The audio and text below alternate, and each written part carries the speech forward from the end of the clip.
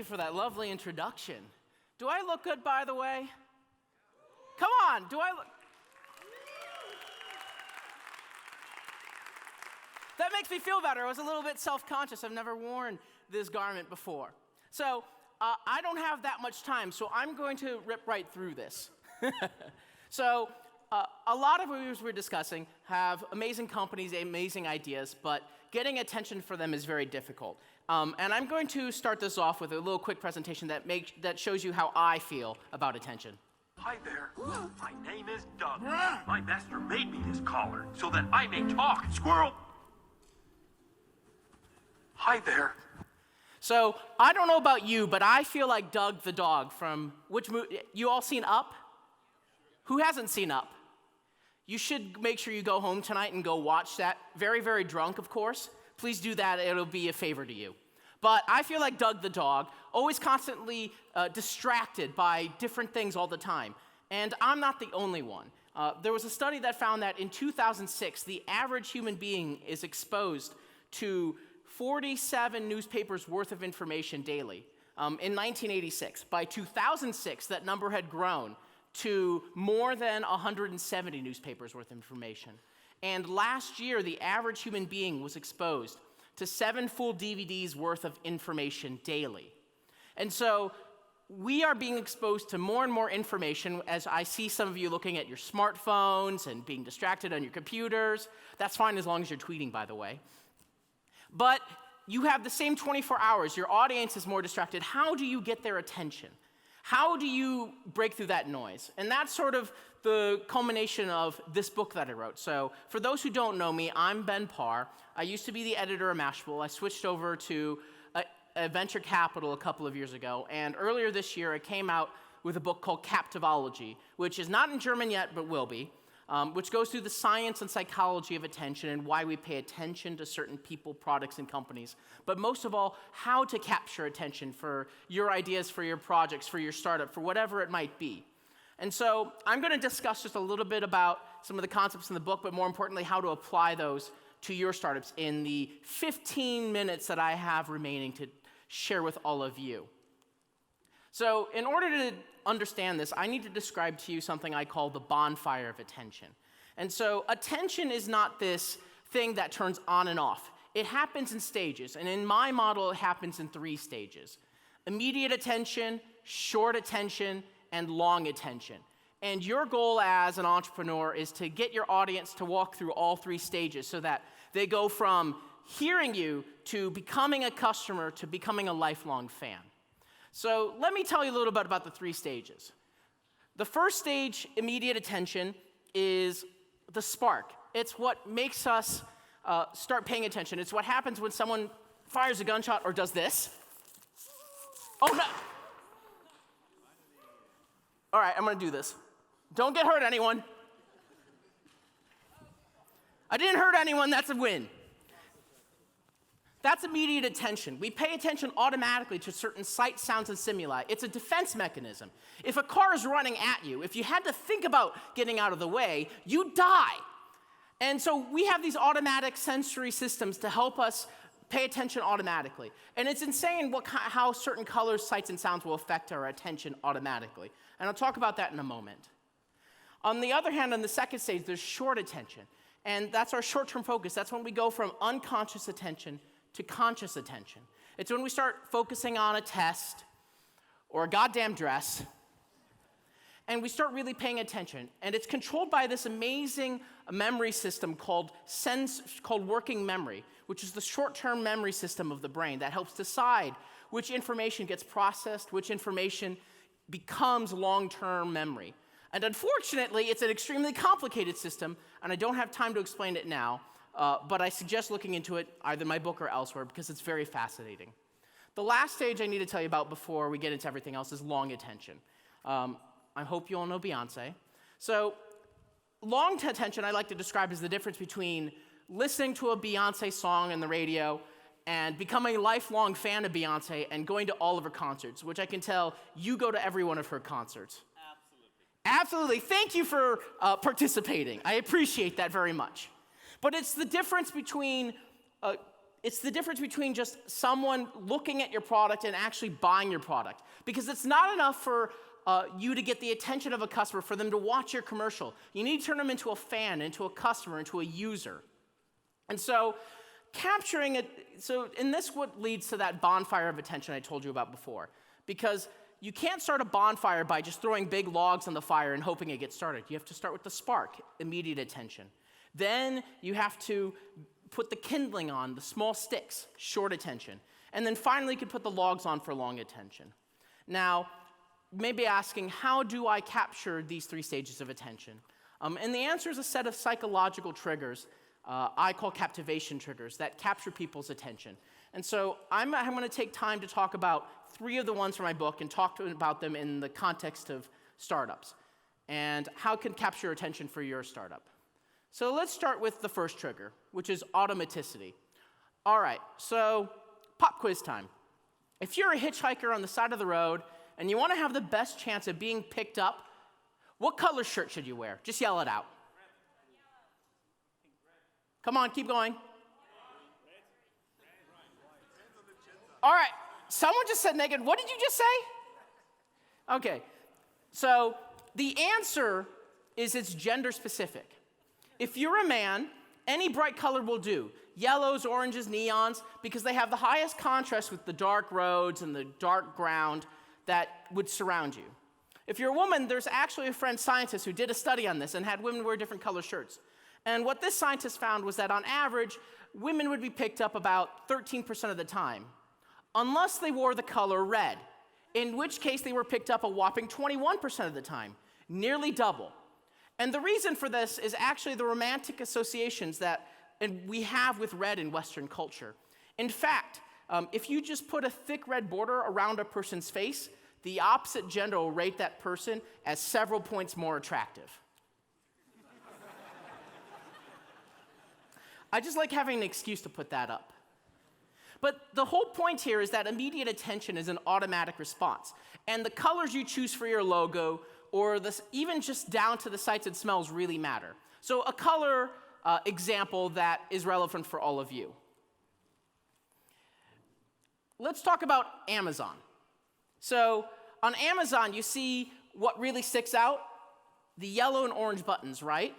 And so those yellow and orange buttons are there because they have the highest contrast with their surroundings. They stand out.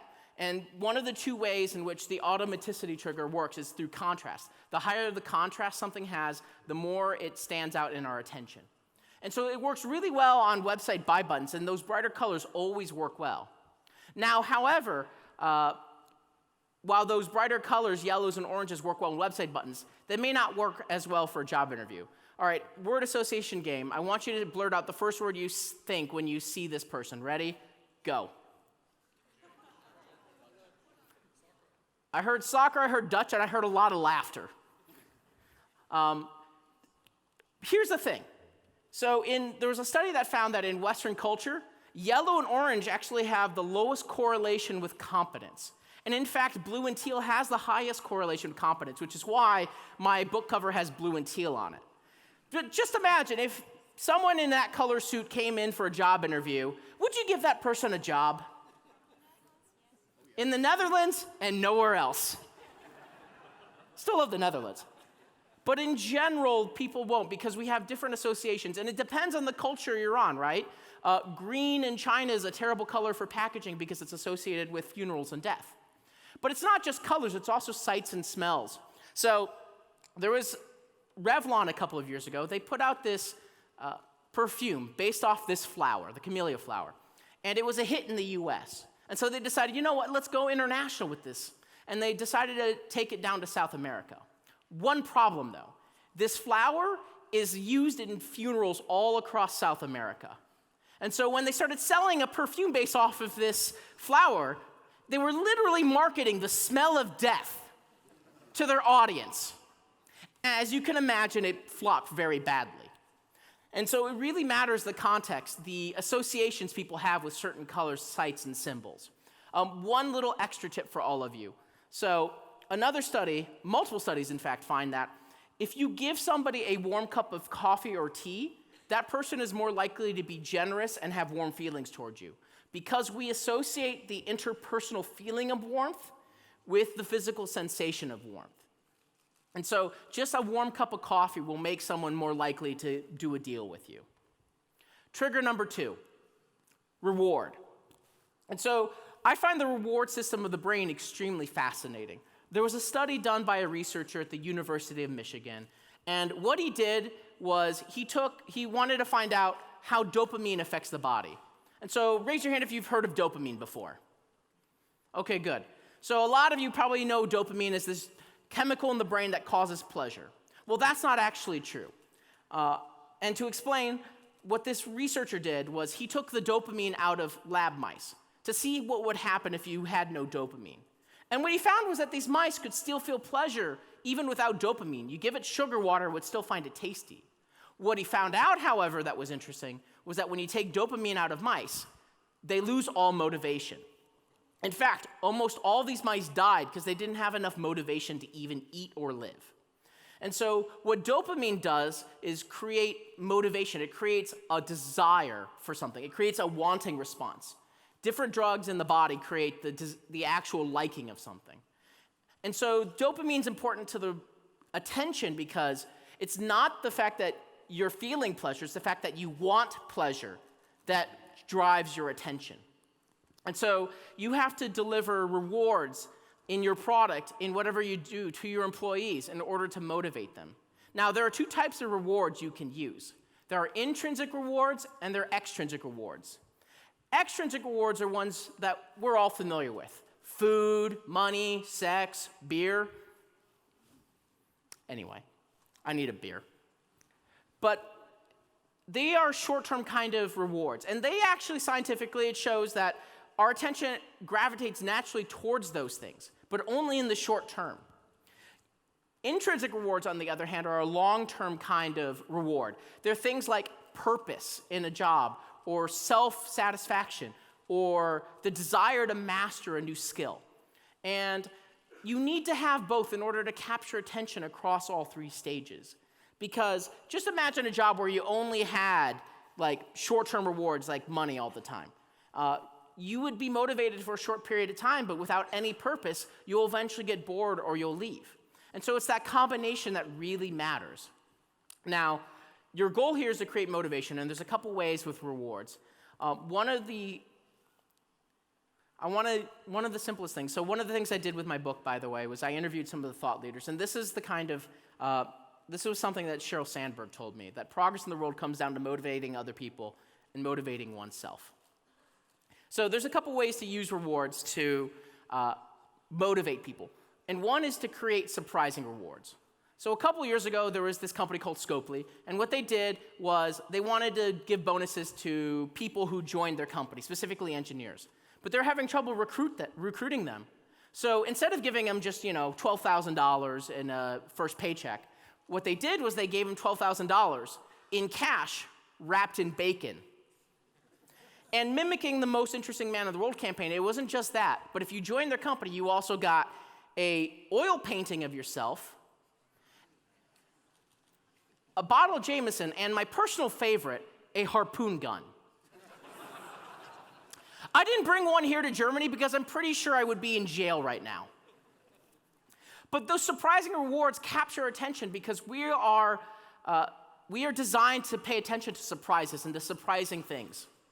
And so the more surprising a reward, the better. And it's not just a reward that's surprising, but it's not just ones that are unique, but also ones that are actually a surprise. And so very quickly, this is a company called Keep, and what they do is instead of incentives, like, I give you this, you get that, they do post-action rewards where you do something like hit a high score in a game, and without you knowing, you're going to get a reward, like a Gatorade or something else like that. And the research shows that when you give a reward as a surprise, people are more likely to remember that and to have more positive feelings towards you. And this is just a quick list of the different ways to deliver rewards. Unfortunately, I don't have enough time to go through them all now. One more trigger before I go. Reputation. One of the most powerful triggers, especially for all of you entrepreneurs out there. And so this actually is a scan from a study that was done at Emory University. And what they were trying to figure out was how we make decisions when how we make decisions when we're faced with money, economic decisions, how to spend your money. And so as you would expect, when people are making decisions with their money, the critical decision-making centers of the brain light up, right? I'm just doing a costume change. When they make economic decisions, the decision-making centers of the brain light up. Now, in this study, what they did was in half the cases, they would have subjects listen to an expert on economics and have that expert give them advice, in this case, an economics professor. And what they found was when subjects listened to an expert, the decision-making centers of their brains would almost literally shut off. It was as if they offloaded the processing power of their brain to the expert. And there's a scientific term for this. It's called directed deference. And so the reputation trigger is the fact that we pay strong attention to experts and reputable figures. Another study, what they did was they would have subjects do attention-related tests, like tasks to see how quickly and accurately they could judge objects. And in half the cases, they would have the subjects wear a doctor's coat. And what they found was that just merely putting on a doctor's coat would make people have sharper focus, better memory, and score better on these tests. The mere association of expertise made them pay more attention. Fun part of this study, too, was that they would give some subjects the same coat and tell them it was a painter's coat instead.